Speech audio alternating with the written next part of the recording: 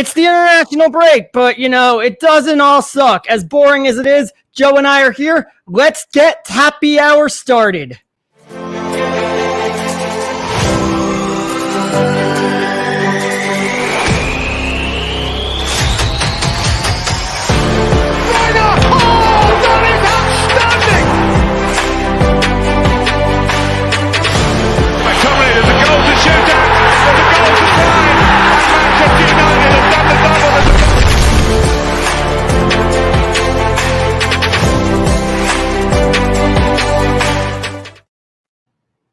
This is the United Happy Hour presented by the Elite Football Show. I'm Pauly. Joe is with me. Don't forget, like, rate, and subscribe to the Elite Football Show as we close in towards 1,000 subscriptions. And don't forget, jump into the comments, join the conversation today. We've got a great show for you. As much as it would have made life easy to prep for this show, if United had gone into the international break with a loss, I'm sure there would have been some very easy Solskjaer or Pochettino stories to talk about. They went in the complete opposite direction, Joe, and they've taken us into the international break with a win. Yeah, I know. And I was thinking to myself earlier today, United Happy Hour, and for once we can be happy about a win sort of thing. And then I thought to myself, well, actually, that's balanced up with the fact that we now have an international break coming up, and a lot of that happiness that was there on Saturday for a load of different reasons. Hey, Pauly, but mainly, obviously, around United. Obviously, that's gone away a little You're bit. Such a downer. We finally get a happy week. Like all right. Yeah, we picked the wrong week to start. But let's be honest. The rest of this season, going forward, we're going to have a lot more happy hours and a lot more happy weeks. We are confident of that. We've got a great squad. This is a good team. We've bounced back. We showed a lot of positive fight in that game on Saturday. It was nice to see. It wasn't nice to see us go 1-0 down, but it was nice to see the reaction when we did. Similar to after our last bad loss against Tottenham when we conceded a laughable own goal 2 minutes into the game against Newcastle. And again, the reaction, exactly what you want to see from this team. And even more so, the leaders leading the way. Remember when Jose Mourinho was about to get fired and it was his least favorite player, Anthony Martial, who just week after week was scoring big goal to save his job. And you were like, what the hell? The leaders of this team aren't behind the guy. But they showed leaders of this team. They went and led by example. Maguire played great. Bruno, obviously, with a bunch of great goals. And guys, keep your comments coming. We love to see them. We are seeing them. We're gonna answer a lot of them towards the back end of the show, because we're gonna get started with it is an international break and there isn't really anything going on in the Premier League. But newspapers, they still need to get your clicks, and they come up with the most ridiculous ways to do it. And it's like a tried and true test. And we're gonna give our thoughts here in our new segment. It's the international break. Please give us quick.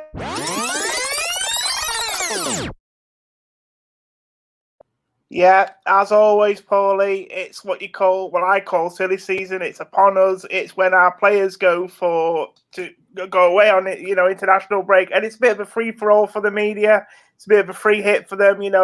Usually clubs do a good job of hiding their stars away, but the international teams are not so strict, and media get access to players that they don't normally. And you've got some that you've dug out already for us, and obviously the international break is only just in earnest. So do you want to bring up what you've got for us so far, mate? So the first one, Real Madrid are considering a move for Paul Pogba. Well, it wouldn't be, would it, Pauly? It just wouldn't be an international break without a talk of a Paul Pogba transfer away from Manchester United. And once again, like I said, the media will hope that they can use this 2 weeks to get hold of Pogba while he's away with France and to get a few more sound bites out of him that may just unrest him and the rest of the squad. What do you make of this story? I mean, we get it every international break, don't we?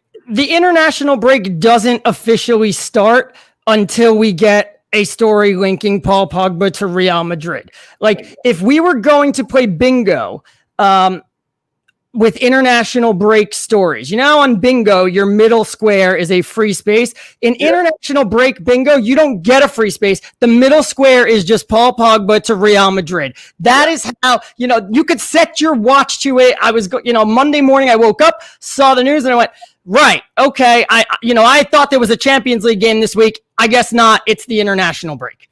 Yeah, exactly. No, I think you're absolutely spot on, mate. And the next one we got here, Mason Greenwood was sluggish in Friday's training session, with one source saying Bruno Fernandes became exasperated with Greenwood over his failure to run onto a pass. The club insists that there was no argument between the two players. Now, Pauly, you said that middle square is becoming Paul Pogba's square, and definitely it is. There's no doubt about it. It'll take a long time for anyone to replace that. But these Mason Greenwood stories around international break are getting more and more rife now, and it's really interesting, isn't it? And I mean, I want to be careful what we say, because obviously we don't know what's going on with Greenwood. We know the club are doing a pretty good job at protecting him at the moment. But again, what do you make of this? I mean, it's just another story to cause unrest, isn't it? I think. This is, to put on your bingo board, this is a big one because you get two squares for this one. One is Mason Greenwood. We're trying to make something out of what isn't there, especially because Phil Foden got called back into the England squad and Mason Greenwood did not. Let me tell you, Mason Greenwood on current form does not deserve to be in the England squad. That is at its simplest how to break it down. Does that mean the coverage of him has been fair? No, but let's not create a story like some of them still said he's back. He's still in exile. He's not in exile. He doesn't deserve to be on the squad. And United worried about him being sluggish. This is a story we know what the issue is. Ole Gunnar Solskjaer told us what the issue was months ago without actually telling us. He told us, well, you could tell when Mason gets to bed early, and you could tell when Mason's up all night playing PlayStation. Yeah. And Mason Greenwood is a 19-year-old kid who, has trouble putting down the PlayStation controller, and that is a common problem for not all, but a lot of 19-year-old kids. So does he need to grow up and learn? Yes. Am I worried about it? Not really, even though at the age of 25, I still couldn't put a PlayStation controller down, but, I was making a lot less money than Mason Greenwood, so he'll snap into it eventually. But you also get a second square here just with one tweet in that it's that time during the international break. And again, we got to this right away where they try to make Bruno Fernandes look like a god. And they insist that basically Mason Greenwood, there's almost that they're insinuating that Mason Greenwood was dropped from the team on Saturday because he missed a Bruno Fernandes pass. It's just hilarious how we keep doing this and how we keep bending these stories. Pauly, before we move on to this next one, though, can I just ask you on the Greenwood situation? We've had a comment here from Hayder. I think it's the last one in the comments. I don't know whether you just want to bang up there. Is this? I just want to get your thoughts on this. You said there about Foden being back in the team, and yet Greenwood hasn't. And don't get me wrong, I agree with that. Foden's been playing quite well for Man City since the incident. Greenwood's obviously had a struggling start to the season, but it's just this idea of, once again, Greenwood, they seem to be targeting him because the colour of his skin, and is that more about what this story is rather than Greenwood himself, do you think? I know racism is quite a sensitive issue, so but just give your thoughts on that a moment, please. Right, yeah, asking the white guy. Yeah, I know it's racism. So I am definitely not the one to speak about the plight of it all, but what I could tell you is that Hader's absolutely correct here. The same way we're talking about international break bingo, that's what the media's doing. They're going, oh, Manchester United player, black player, and that's the way they cover.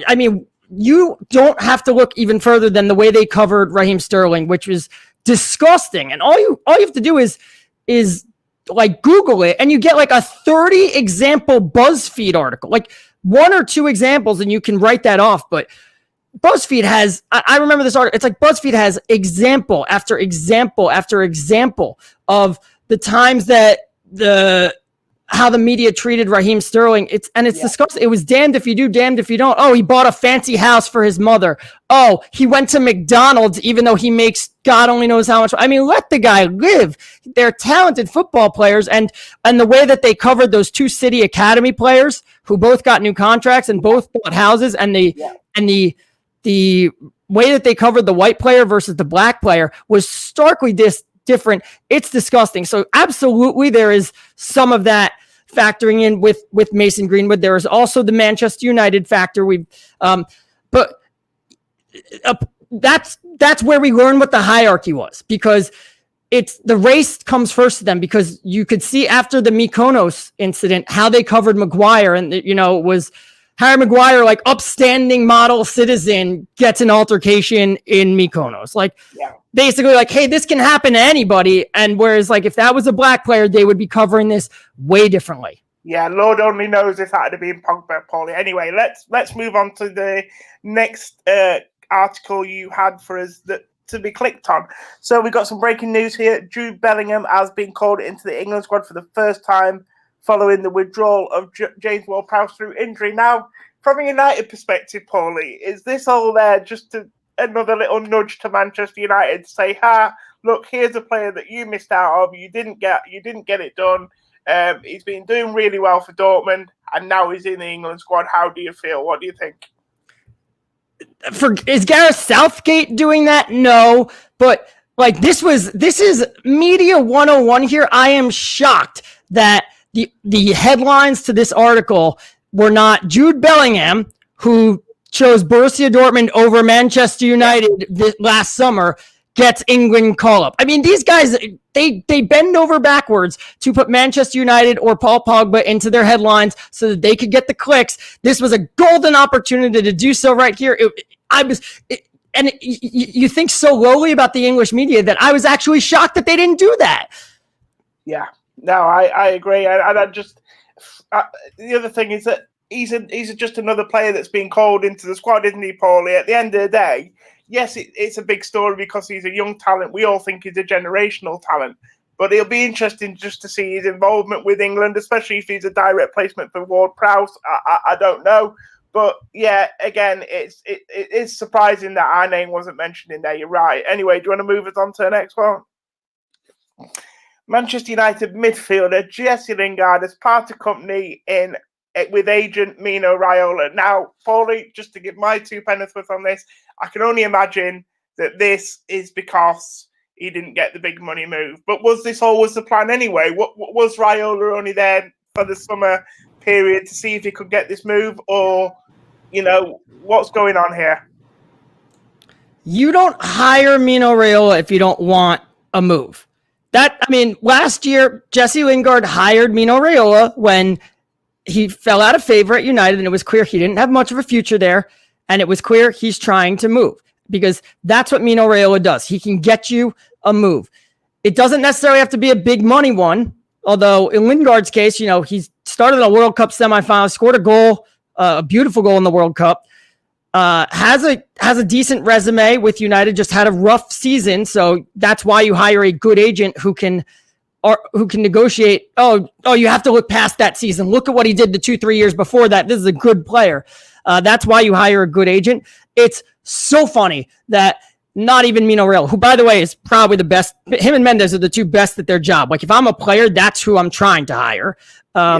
And he can't get him his move. It was Mino Raiola met his match. Like, that's just hilarious. And it's unfortunate for Jesse Lingard, but like, you hired the guy and he looked and he went, man, I'm sorry, but like, you were just too crap last year. I can't get you the move. And there's something funny in there. That's the international break news. Let's go out. Let's see what else is going on social media today. Yeah, so social media today, Pauly, what have you got for us? What is hitting you straight in the face today? Yeah, so what the most recent news now is Luke Shaw is going to be out, and he's going to be out 4 to 6 weeks with a hamstring injury. And this is, you no longer need to argue that Luke Shaw was playing well recently. This is how you know. This is the universe correct. Whenever Luke Shaw starts playing really well, the universe basically says, whoa, slow down here. That's not where we're supposed to go. And he hurts his hamstring and he's out for a bit. Like, that was the ultimate. Like, I don't need to argue anymore that, hey, you guys are sleeping on Luke Shaw. We know because he got hurt. Yeah, I think it's interesting. I mean, and that sort of sums up his career, Pauly, because I think just before his leg break was probably arguably his best spell in a United shirt as well. I know he'd not been at the club all that long, but he was playing really well around that time. And then obviously that injury happened. And like you say, since then, his career's it's been a lot like that. He's had some really good spells in the team. And then before you know it, there's been a twisted ankle or there's been a pulled hamstring or there's just been an injury that keeps him out for 3 or 4 weeks along the way. And it is a shame, really, because like you say, he has been fantastic recently, chipping in with assists as well. Absolutely brilliant. But aside from the fact that, this injury's come along, this is part of a bigger picture as well, I think, and obviously we saw on Saturday Solskjaer slamming the fixture schedule, and coincidentally we've seen other managers comment on it as well. I mean, what's your thoughts on the fixture list as a whole, but obviously this idea that we had to play on Wednesday in Istanbul and then are playing Saturday morning kickoff at 12:30? It's a joke. It's a joke. I happen to think that you English and Europeans make a little bit too much out of travel. But when because to me, the flight from the UK to Istanbul is like basically flying from New York to Las Vegas. It's not a short, quick flight, but it ain't a long flight either for me. But you guys don't travel as much, so it's a bigger deal. But the fact that we got home at 4 a.m., it's a wash. You can't prepare for a game that day. So Thursday's out. Friday, you now go in and you're still basically you're recovering from a match. You're recovering from a flight. I will say this, like, no matter what, getting on a plane, you come out a little discombobulated. Now the players don't have to deal with like waiting at the airport for 3 hours before and after. They get to do that pretty quickly. But yeah, Friday, you're still recovering. Now you have to prepare, and you also have to prepare for the fact that your game is in the morning. I mean, that's a joke. And Solskjaer was right to slam this thing, but give him some credit that he waited till after the game. And I mean, I'm curious to know what he would have done if United didn't win this game, because everything he said was valid. He had a good point. He's been backed up by other managers about this, but if he makes that point after United lose, people would just say, oh, he's making excuses and he's trying to save his own job. And if he makes that point at his Friday press conference, you would get the same story if he's making excuses for when he loses. And plenty of other managers would have done that. Ferguson would have probably he wouldn't have attacked the FA, but he would have made some chippy remarks about the FA. Mourinho heard about it throughout the season as well with Fergie. I think it would have been a recurrent theme in his press conferences, even from the first day of the season up to this point, Pauly. Yeah, Mourinho would have 100%. Mourinho only at his Friday press conference, that's the only thing he would have talked about, because that's what Mourinho does. He loves to make out the excuse before he loses, so that when he does lose, he can point out and be like, "This wasn't me." It was because of we saw him complain about the match against Leicester after the World Cup because, Rashford's not going to be back yet. And I'm missing this player. And it's like, Leicester are missing Maguire. They're missing Vardy. Like, both teams have players that are at the World Cup. And then after that, you have Brighton. Like, you shouldn't need your World Cup players to win those games. Turns out he did not need them for one of them. He needed them for the other. But that's what Mourinho does. And he can get away with that because look at his resume. And Sir Alex Ferguson can get away with that because look at his resume. And Klopp, the same thing. So Solskjaer had the self-awareness to know I can't get away with that. And, he stayed true to what he usually does. And that is talk up his team, which gets on people's nerves. He says, he'll say things like, we have a big squad and like we could bring some fresh players in. And then he'll rotate one or two. And that annoys people, but at least he had the self-awareness to like not try to go out there and make an excuse. And look, the schedule's been brutal this year. This is this is something that you found here. It says this is if you're listening on on a podcast later, we appreciate the support. Don't forget to like, rate, and subscribe. You can't see this right now, but Joe's going to read it. It's a screen grab from The Athletic. It's about the increase in muscle injuries. Yeah. So The Athletic, obviously, reputable journalist outlet over here. The Athletic revealed that last month there's been a dramatic increase in the muscle injuries compared to the same stage as previous 3 Premier League campaigns.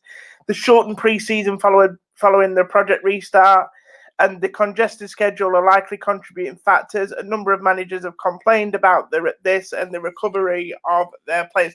And Onkar said here that Solskjaer probably wouldn't have said anything if it wasn't a win. And like you said, Pauly, at the start, it's really intriguing to think how he would have played it. But I do think he probably wouldn't have said anything either. He may have touched on it, but he definitely wouldn't have allowed it to dominate the press conference.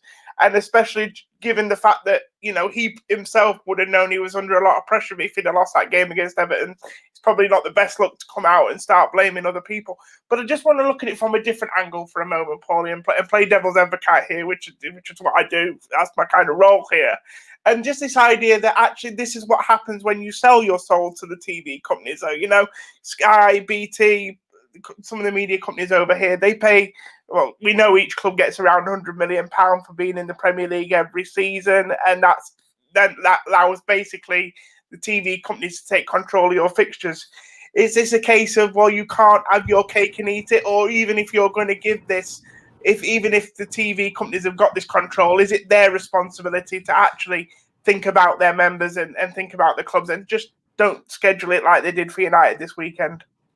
That's a really good point. And it's hard because, this wasn't Sky, I believe. This was BT Sport who picked the game. And yeah, this was a BT Sport game. Yeah, that's right. I'm just saying generally that's both companies pay towards, having the rights for the season in the UK. Yeah, I adjusted my blinds last week, but we're about to hit that time of the day where the sun gets a weird thing and you're going to get the hilarious visual again for like the next 10 minutes. So again, if you're listening, thank you. And this is go check it out on YouTube because it's funny. It's BT and look, BT wants Manchester United. So, and there's only so many games, like, especially like last year, United basically had to play every game on Sunday. You never got a chance to put them in a prime slot on Saturday.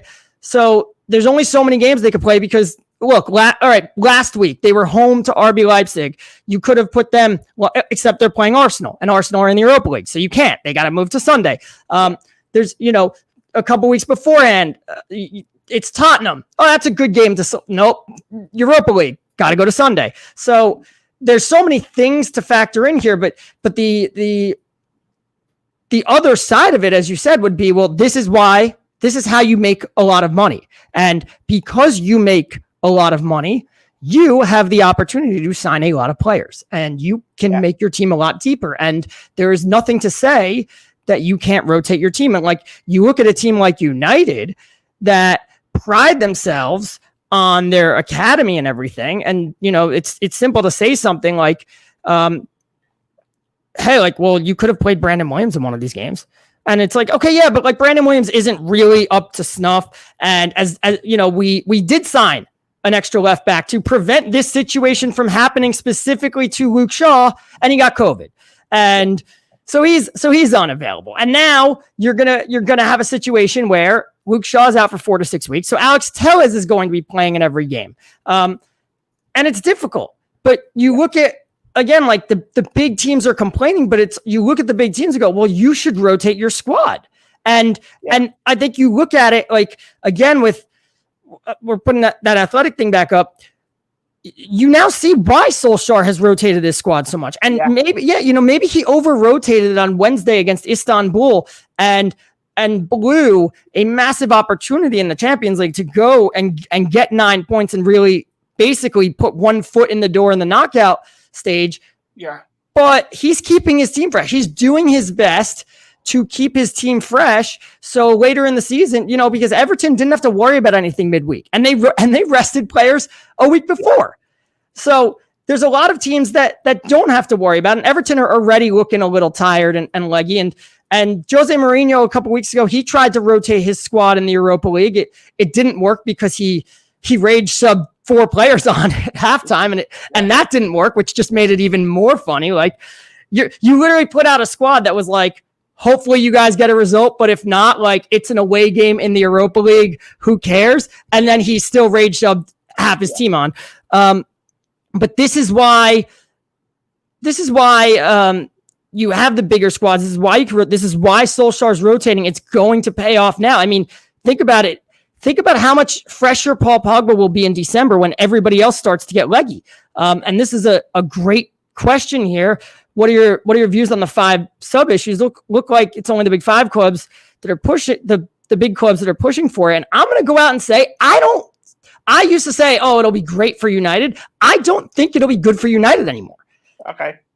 I think the 5 subs, and the reason I say that is because one, Solskjaer is doing a good job of rotating his squad. You know, Edinson Cavani is still not fit yet, but once he is, you'll see him crack the starting 11. Juan Mata's in and out. Fred McTominay in and out. Pogba in and out. Van de Beek in and out. Yeah.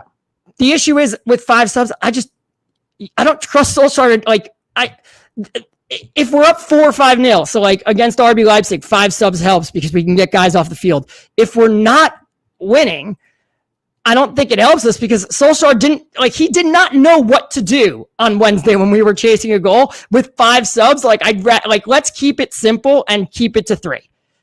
Yeah, no, I agree. And I think sometimes, even with those substitutes we've seen in the past, Solskjaer, although don't get me wrong, his bench is stronger now, we have seen Solskjaer still struggle to maybe influence games with substitutes anyway and with combinations. Just back onto the TV quickly, Pauly, we have had a comment here at the bottom that says more people around the globe that are watching these things, the problem will exist. And so I'm looking at you in America at the moment, Paulie. If you could resist going to the bar at 7:30 and having a drink and watching the game, then maybe we won't have to worry about this in the future, mate. And tell all your mates as well. Okay? Yeah, Lucas, you're spot on.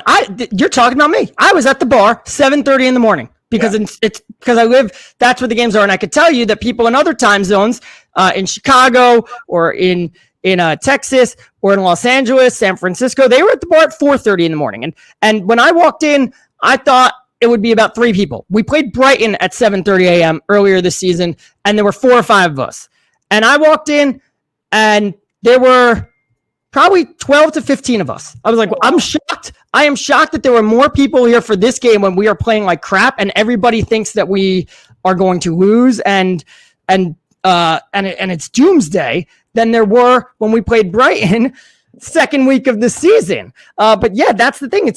And you know how many people I believe Omkar in the comments, I believe he's from India, where he talks about like, you know, the games are on late for him. And when we do shows after the game, you know, like when we do Red Devils talk after a Champions League game, and you know, he says I have to listen the next day because it's just too late for me. And that's, you know, that's what it is. We are the ones bringing in the money, and because of that, everybody wants to try to show as many United games as possible in different time slots. You're right, 12:30. You know, the 12:30 kickoff. That's maybe worse for some people on the west coast of the United States, and it's better for some people out east. And the putting them at 5:30 is better for some people in some parts of the world and worse. So they're trying to just get all of their money in. But again, that's how you end up being the rich team in the world. That's how you can end up paying, you know, for the best players. I think you're spot on, Paulie. I mean, with the exception this season of the Newcastle game, the pay-per-view game, I'm struggling to remember a time when United weren't on telly, you know. I mean, they've shown probably almost all their games in Project Restart. I don't want to say I can't remember last time they kicked off at Saturday 3 o'clock, because, to be honest with you, not a lot of people kick off at Saturday 3 o'clock now in the Premier League. I can't stand that the late Saturday night, Sunday night, like if it's kicking off at 3 p.m. for me, that's too late for some. I'm like, I am tired of this already. I've been watching football all day. I'm tired of it. midweek Champions League, it's fine, but the late games on Saturday, Sunday, those are brutal. But you're absolutely right. Remember, United had that streak. Had that streak of like 50 something FA Cup games that were televised. Right. That's a streak that went on for like 15 something years. Yeah, I mean, we're talking about TV companies like the BBC and BT Sport who show those FA Cup games. So, BBC are definitely going to want the big teams because they very rarely get to show many live games anyway, Paulie. So when they do, they're definitely going to want the big boys, aren't they? So I think that was a big reason why United had so many consecutive FA Cup games. Plus, it was in the early days of BT Sport showing the FA Cup. So again, they were trying to get their viewing numbers. And this was even before that, like because now they show up. Now they play the FA Cup on Friday, Saturday, Sunday, Monday, so that they can get more games in there and get the big boys all in there.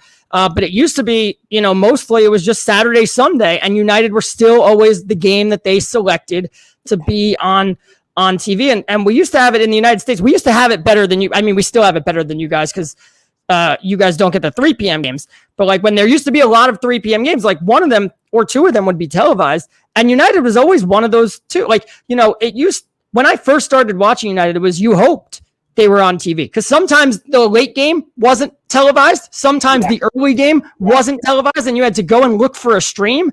Yeah. And I remember, and I mean, this goes back 10 years now. But I remember 10 years ago being like, wow, I haven't had to look for a stream in like a year, like because we've just always been on television. And that's where they get the money that's where they get the money from. And that's, it's exactly what you said. It's if you want your cake, you got to eat it too. Yeah, exactly. But I mean, I do think on the example, taking it right back to United Everton this weekend, that was a bit extreme and that was ridiculous. And like Solskjaer said, another manager said, you're actually damaging the product as well from a TV point of view, because actually what you're doing is in theory, you're going to get less quality games because, in theory I mean, it didn't turn out to be the case, but in theory, United should have played probably a lot poorer than they played against Everton because of their recent scheduling. But I think the fire in the belly and the attitude and the situation all culminated in the match putting in a decent performance. So it worked out for BT this time, but I don't think it's a plan that they want to run with going forward. Pauly, so far we've had a great chat. We've looked at, the way in which people, the clickbait that's out there at the moment, coming into an international break. We've got your thoughts on that. That's been brilliant. We've got your thoughts on Luke Shaw's injury and what that means for United. And also, as you probably just heard, we've been chatting about the schedule issues that Solskjaer's brought up. We are getting close to 1,000 subscribers. So if you are enjoying this video, guys, do click on it, give it a like, subscribe to the channel. We love having all your interaction. There's been some brilliant comments again, like there was last week. Pauly, for those of the people that are watching that didn't know, you did run a poll earlier on, yesterday through to today, was it? I think it was. And it was all about. It was on the United Happy Hour Twitter account. Go run and follow that. We're trying to. We'll definitely have a poll at least once a week. So like certainly every Tuesday. We're going to try to do it Tuesdays and Thursdays, but certainly once a week.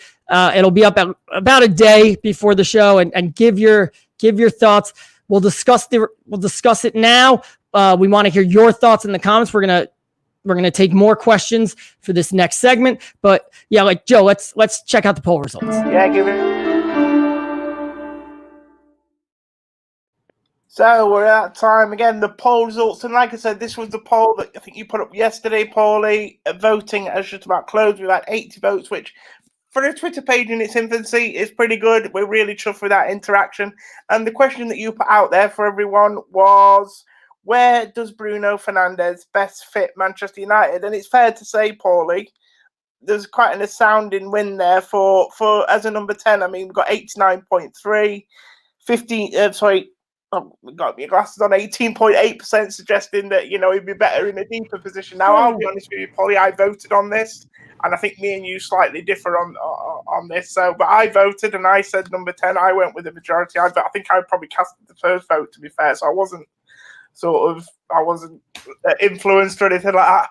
But I think from my own point of view, I'm probably being blinded by Bruno's early form at United and obviously how fantastic he was. And after the restart, obviously playing as a number 10, we have had some new recruits. We have tweaked our formation differently.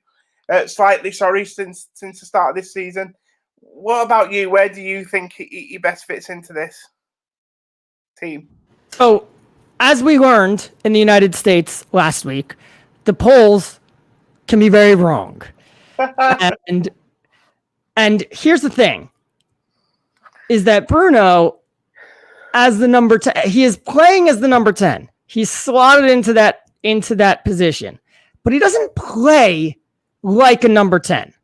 Yeah. So, and that is the thing, that is the problem. And you look, when United played their best football last year, they played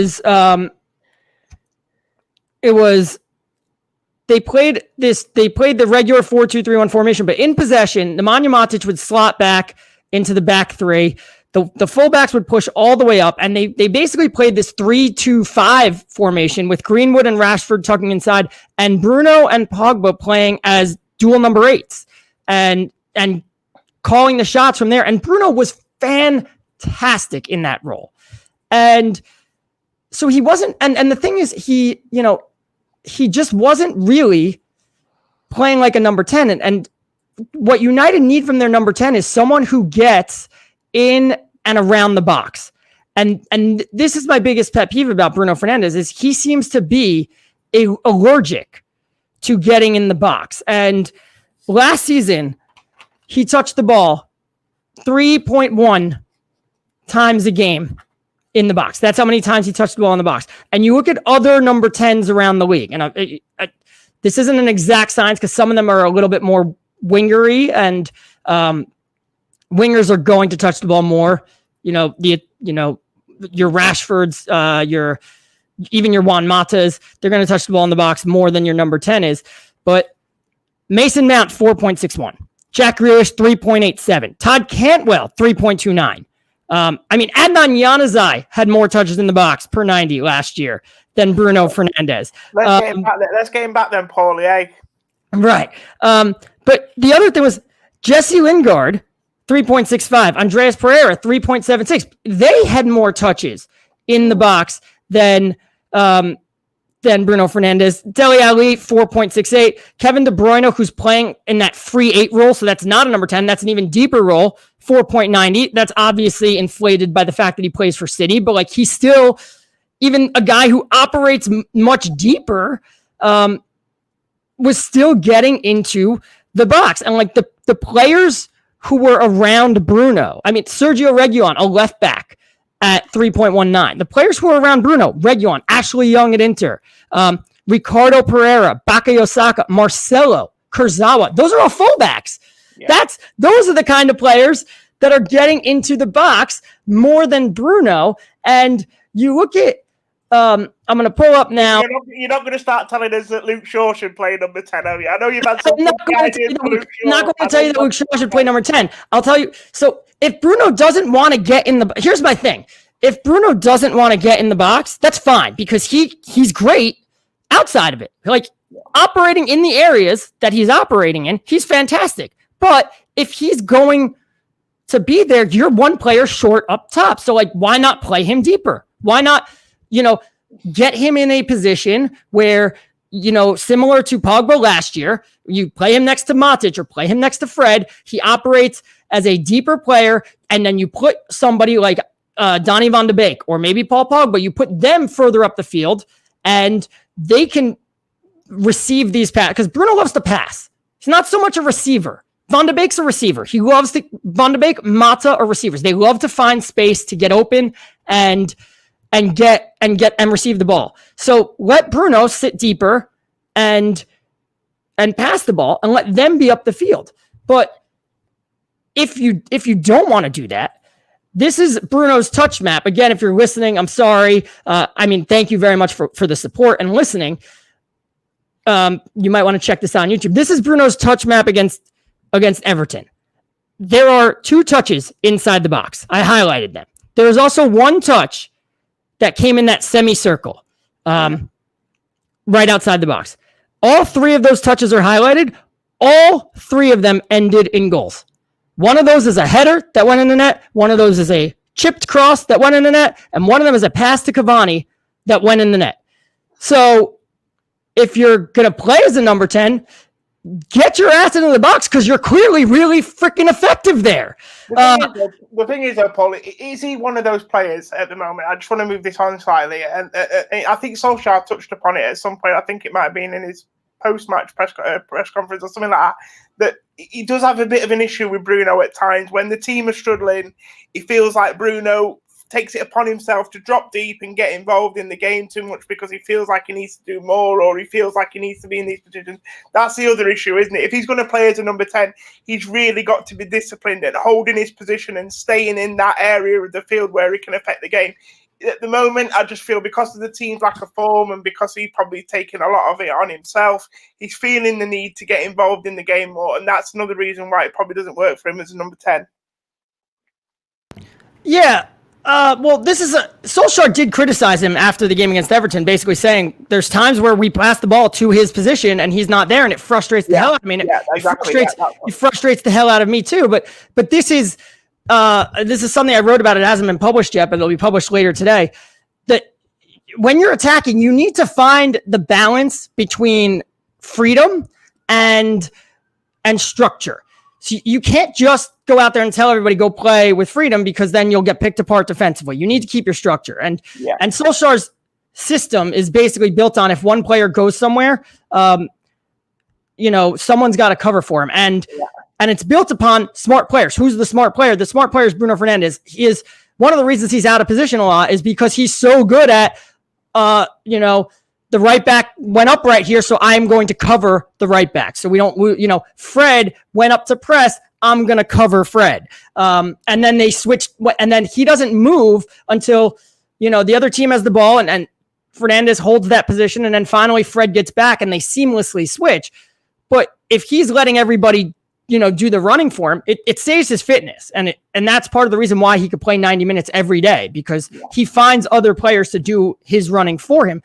But again, it takes him out of those dangerous positions, and that's where you want him to be. But you need someone who has that freedom to go and do things. If you stay, Van Gaal was very rigid. Mourinho was pretty rigid. And that because of that, you struggle to create. You need someone who isn't handcuffed and shackled by the system.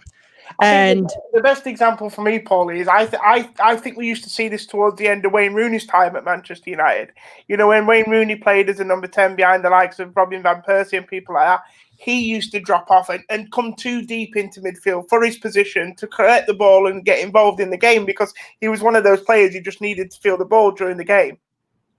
Yeah, so, this is why so we bring up haters comment, who's haters been hanging out with me too much and reading what I have to say, because when Solskjaer complains that he drops deep to grab possession, that's your fault, Ollie, because you're playing two midfielders who don't progress the ball. And when that happens, Bruno has to drop deep. And then when you play them up with Rashford and Martial and Dan James or Mason Greenwood, you have three players who aren't great at getting into spaces to get to receive the ball. So now Bruno's coming back to progress it, but there's nobody to progress it to. Or when he gets it to Rashford or Martial or Greenwood or James, they can't hold on to it long enough for Bruno to then get up the field and get the ball back in a dangerous position. And that's why you're seeing Juan Mata play so much this year, because Juan Mata can also drop deep to help progress it. And he does.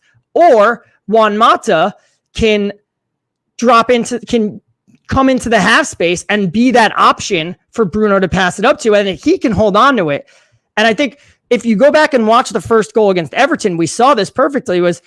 It starts with McTominay making a very incisive pass to Martial, who holds up play just enough, gives a short little touch to Bruno, and now we've advanced the ball. Yeah. Bruno's got it in an area where you want Bruno to have it, but he's standing right next to Fred, and McTominay's on the other side. He's still among the deeper players, but then he gives the ball to Fred, and Mata comes from the right, and he runs behind Bruno. And as soon as that happens, Bruno's able to run forward. And now you still have a creative player deep, but now Bruno's getting into to the dangerous areas, and he scores a goal from that. So here's the balance, because like we said, we discussed this on Thursday. It's all about combinations. So when you have two players like that who have that kind of freedom to move, it makes you much more effective. Mata can find the half space. Bruno can find the half space. Mata can pick out a pass. Bruno can pick out a pass. I think that Bruno had the most progressive passes in the game. Mata, I think, was third. Fred was second.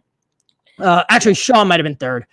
But he would be. As we said on Thursday, like when you put Donny van de Beek then in the team, Donny van de Beek is also a player who plays with a lot of freedom, and he needs to. He needs to move around, and suddenly that became too much, and the players were on top of each other.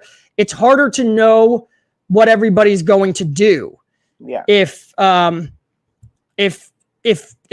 everybody's playing with freedom. And I saw a comment before about.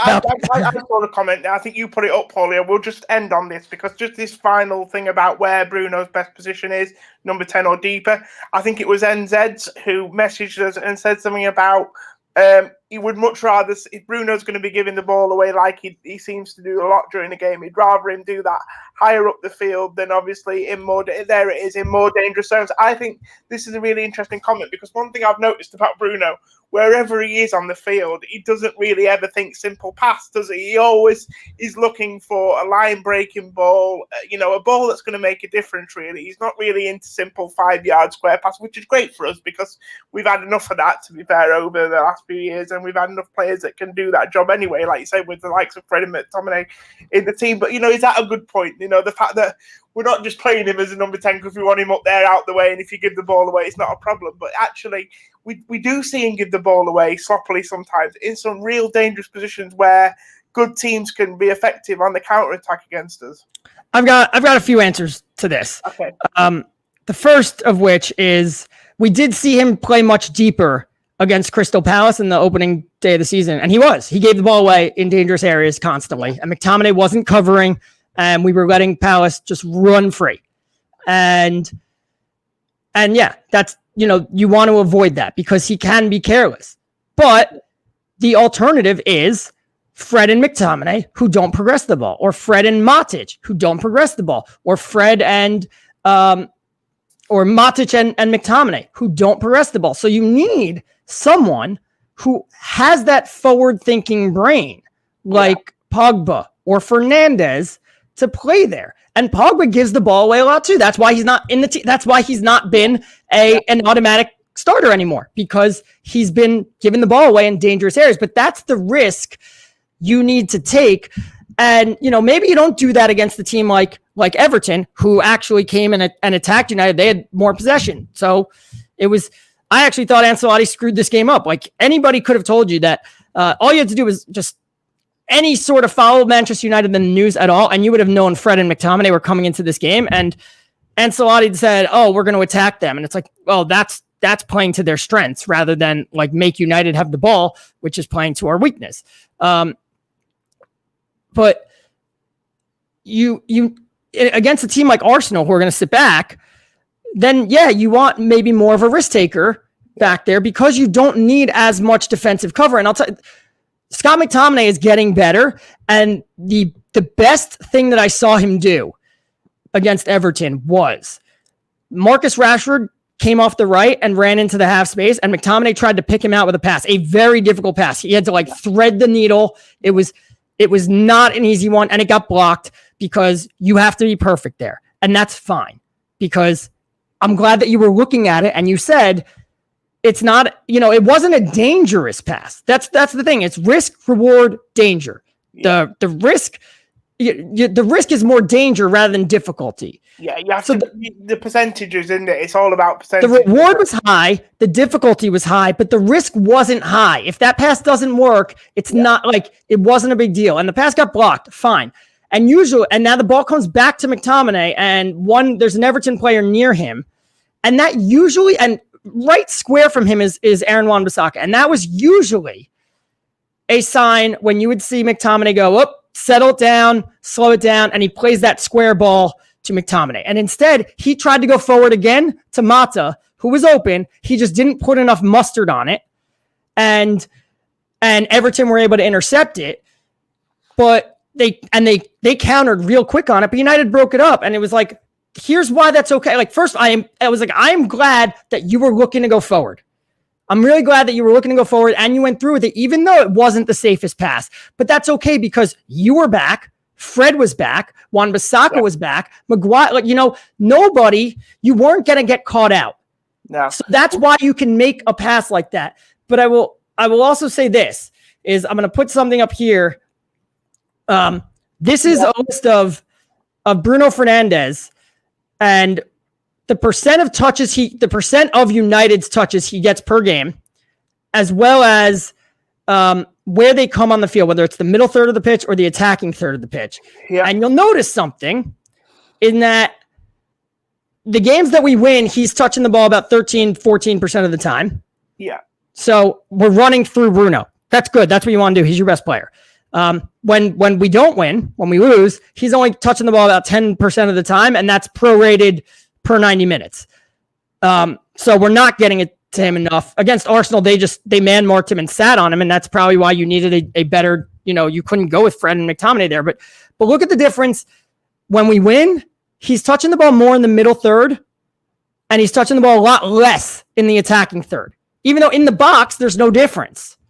Yeah. So we seem to be more effective when he's just standing in the middle third instead of getting forward to the attacking third. And it's a small sample, so we're not going to draw any conclusions on this, but that's where that seems to be how the team is playing the best. It's a fair point you make, Pauly, because I remember on the Red Devils talk we did after the PSG game as well, when we were all cock-hoop about it. One of the biggest takeaways we took from that game was just how well Fred was getting the ball to Fernandez once the play had been broke up. So once they took the ball off Mbappe, Neymar, McTominay, the first thought was always to get the ball to Bruno. And obviously we know how that game ended. We did really well in that game. We got the win.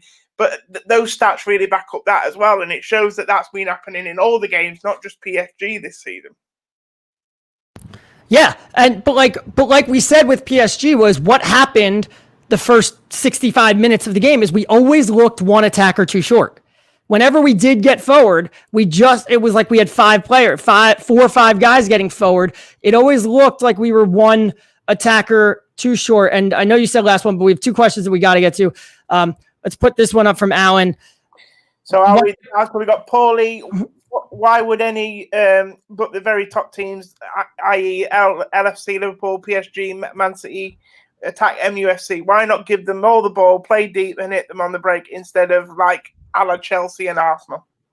So Chelsea were the surprising team because that's not how they play. No. At all. This is how Mikel Arteta's Arsenal play, which is why I was so mad that Solskjaer picked the team he picked, because we knew that was what they were going to do. And I cut him some slack on Chelsea because no one knew that Chelsea were going to sit deep. No. Why aren't Liverpool and PSG and Manchester City going to play that? It's not in their style. Like, their coaches don't believe in that. I mean, Tuchel and Klopp and Pep are 3 of the most attacking coaches out there. Plus, you've got Neymar, Mbappe, Salah, Mane, De Bruyne, Aguero. Like, you're going to sit there and tell them, we're just going to sit back and attack today? Like, ask Jose Mourinho how that went for him when he told that to the Real Madrid players.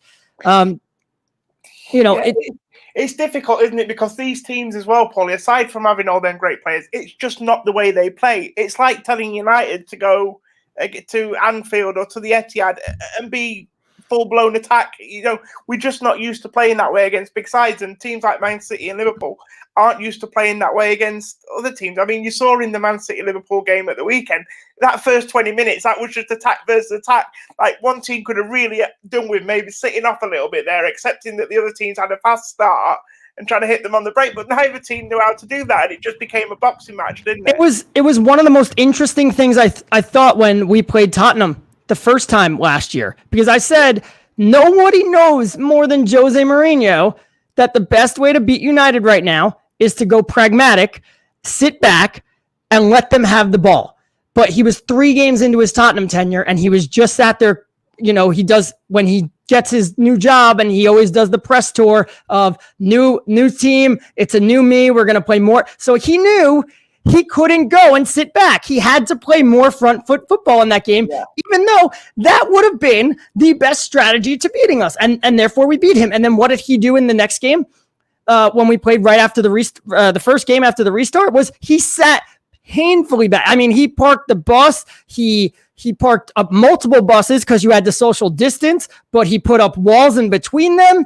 And it was we couldn't do anything and frankly, Ollie played into it by picking a terrible team and saying, "Oh, I'm going to leave Paul Pogba out," and the game changed when Pogba came in. But that's the thing is Pep and Klopp and Tuchel, like, they're not going to just sit back. That's just not the way they are. Is it a better strategy against us? Probably, but yeah, I think I think that's obvious for everyone to see, isn't it? The way to beat United is to probably hold off and sit back. That's why I think they will struggle. Well, they have struggled against the lesser teams this season, and they may continue to throughout the season in a way. You know, we've got West Brom at Old Trafford coming up. I think first game back after the international break, that would be a classic sort of, West Brom aren't going to come and have a go at United, but United could find that game challenging because of that. We've had Kolkata Diaries get in touch here, Pauly. What is your thoughts on CDM? Now, I've looked at the comments. A lot of people want to know what you think, what your thoughts are on the CDM position. These people, these players that you've said that you will reveal that you are interested in. Two names in particular here, though, Coop Miners and Ibrahim Sangare. They look great. I mean, I'll be honest with you, I've watched a little bit of Coop Miners. I think he's the Dutch guy or something, isn't he? But Ibrahim Sangare is not a player that I'm too familiar with. What's your thoughts on this? Yeah, so I've been getting this nonstop, like for the past hour and a half. A lot of people asking me this question. You're seeing, I'm putting up a tweet now on from someone on Twitter where they suggested Party. So let me first address the Dennis Party thing because I'm getting annoyed with it. Dennis Party, not Dennis Party. No, you've got two players. Thomas Party. Yeah, I'm merging. Thomas Party, really good player. Would solve zero issues. Would solve zero of United's issues. All right. Like he is a great fit. He was a great fit at Atletico Madrid. He is a great fit at Arsenal. He would not fit this team there as well. He needs to play in a 2. He plays along with other defensive players. He plays in a defensive system. That's when he's always been great. Remember his best game was at Anfield in the Champions League last year where Liverpool had all the ball and they were just swarming Atleti the entire time, which gave him a chance to really shine and make tackle after tackle. But then he does have some limitations on the ball. That's not to say that he's not better than what we do have on the ball, but how much is he helping Arsenal's attack? Zero. They can't attack to save their life. He's very similar in nature to what Ander Herrera was, and we let Ander Herrera go because of his wage demands. And Party has the same wage demands. I do believe we are, Joseph Simmons saying look in house, and I do believe we are waiting on James Garner, and we have Dylan Levitt. They're high on Goldbreath. You can't. Lokish, Garner needs time. It's irrelevant about Garner needing time. He's not with us for the rest of the season. So, like, if we need to sit something, James Garner might be ready to be the backup next year. Maybe. I would still say Dennis Zakari, and that was the name I was screaming from the top of a hill at last year. And I was saying, like, I still think Nemanja Matic deserves a new contract. He deserves a new contract. He wasn't good for 3 games. He was good for a whole half a season. He had an option. We had a club option. We could have extended him by a year, but that wouldn't have made Matic happy. So I thought giving him another 1 year, a new contract for a year, would have been the happy medium. And then this way, in the summertime, we could sign a backup who, especially like Zakaria, who's coming from Germany, you can give him time to adapt, settle into England, and learn the system, and by the second half of the season, start pushing Matic to become first choice, and by next year, hit the ground running. We didn't do that, though. Instead, we gave Matic 3 years, which is an absolute joke. You cannot do that. We basically said, well, we gave Matic 3 years, so we don't have to worry about this year because we do have Garner and Goldbreath and Levitt coming at a certain point, and that's just not good enough because if Matic doesn't get his head on straight, and right, I mean, there's hope that he can. He had one good game, but and it did take him a few games last year to get going. But if he doesn't, that's a huge problem because, instead of if Matic can't play, we need to play two players there. We need to play Fred and McTominay there, and that's taking away. They're doing together. They're doing the work of one. They're doing the defensive work that we need someone who can also do some of the defensive work that they do. And Pogba and Bruno Fernandes, they can do that. But they need the other player to do the bulk of the defensive work. And I still think Fred can do that. And it bothers me that Solskjaer doesn't give Fred Pogba, Fred Bruno a run out there. But for now, if you have to keep going with Fred and McTominay, like that's a problem. But Zenit Zakaria is 22, 23 years old. He's left-footed. We need a left-footed guy who could whip passes out to the right because I know Wan-Bissaka might not be the strongest player out there, but like if you watch, whether it's Wan-Bissaka, whether it's Timothy Fosu-Mensah, whether it's Diogo Dalot in the League Cup, like whoever's out there, we don't send the ball to the right at all anyway. So I was like, I don't think it's a right back issue. I think it's a United don't pass right issue. And part of that is we don't really have, Fred's left-footed. Fred's pretty dual-footed, but he doesn't like to make long passes. Matic doesn't make long passes. Go out there and sign Dennis Zakaria. Well, yeah, we need a player, Pauly, whether it be Dennis Zakaria or whoever, I think, who is Scott and Fred in one player, if you know what I mean. Because at the moment, we're having two players to do one job, aren't we? And I've got someone, Joseph, who's always getting involved. Thanks for getting involved, Joseph. You talked about Garner as well, but you've also mentioned here Declan Rice for 60 million. I'll be honest with you, I'm not really sold on Declan Rice at the moment. Oh, stop that. Declan Rice would be such a good fit for this team.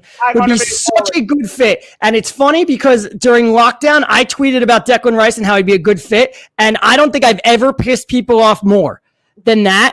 And people telling me, and 70 million and he's not better than McTominay. First of all, he is better than McTominay. Is he 70 million, is 70 million a fair price? And does that, would you pay, don't recognize price. As I said this to people, I was like, it's not a matter of price. Like if his price was 10 million, Declan Rice is not 7 times better than McTominay. But like, think about this. I said on the open market, McTominay wouldn't fetch more than 10 million because where's he going? He's playing first team football for Manchester United in the Champions League. So he's not leaving unless he's going somewhere higher than that, which to him, there is nowhere higher. But like Real Madrid, Juventus, Chelsea, City, they're not coming for Scott McTominay. The only reason he would leave is if he wasn't playing first team football anymore and he wanted to go a step down to Leicester or Everton or somewhere like that, or maybe the bottom half where he was going to play first team football, in which case those teams would not pay a lot of money for Scott McTominay, which is, so it's really just the starting club. That's why Declan Rice's price is so high. And it's the same issue with Jack Grealish. It was just too expensive last summer. You don't have that money. It's what you call the English tax, Pauly. It's what you call it. It's just a tax on English players. Look, I'm not taking anything away from Declan Rice. Actually, in the Premier League at the moment, he probably is one of the best DMs that there is. But that's probably saying a lot about the situation of DMs in the Premier League. I just think, like you say, there's better options out there. I think Dennis Zakaria, people like that. I think Thomas Partey in time for Arsenal will prove to be. I would like Declan Rice. I'd also love Jack Grealish, but like you can't spend 160 million on those two players. We have too many other holes, and we don't have 160 million to spend. Yeah, it'll be interesting to see what next summer looks like now that everybody's been more affected by the pandemic. But this summer with the pandemic and unknown revenues for 2020, 2021, which we're now in November, we still don't have fans. We still don't know what the revenues are going to look like. We still don't know if the Champions League if the knockout rounds is going to be 2 legs or one. And, that's fewer broadcasts, fewer TV dollars or TV pounds. TV money, TV sterling, pound sterling. I think Declan Rice ends up at Chelsea, in all honesty. I think he wants to go to Chelsea too. I think that'll be their big money. Chelsea's not going to have as active a window next summer, but that will be their big money their big money move. Yeah, I think they'll think that that's probably the only position at the moment they've got left to strengthen. Obviously, maybe another couple of centre-backs, but they strengthened everywhere else but that position this summer. So I do think that that's where they'll target next summer.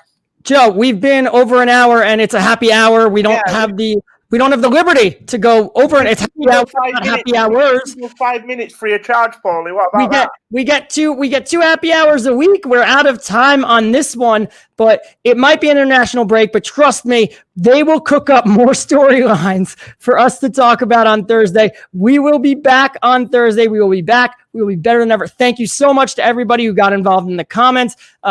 Thursday, we are going to try to do a more comment-based show and really interact with you even more. We love the comments. We want to keep them coming. Like, subscribe, go follow the United Happy Hour on Twitter. Go subscribe to the Elite Football Show. They are a proud sponsor and presenter.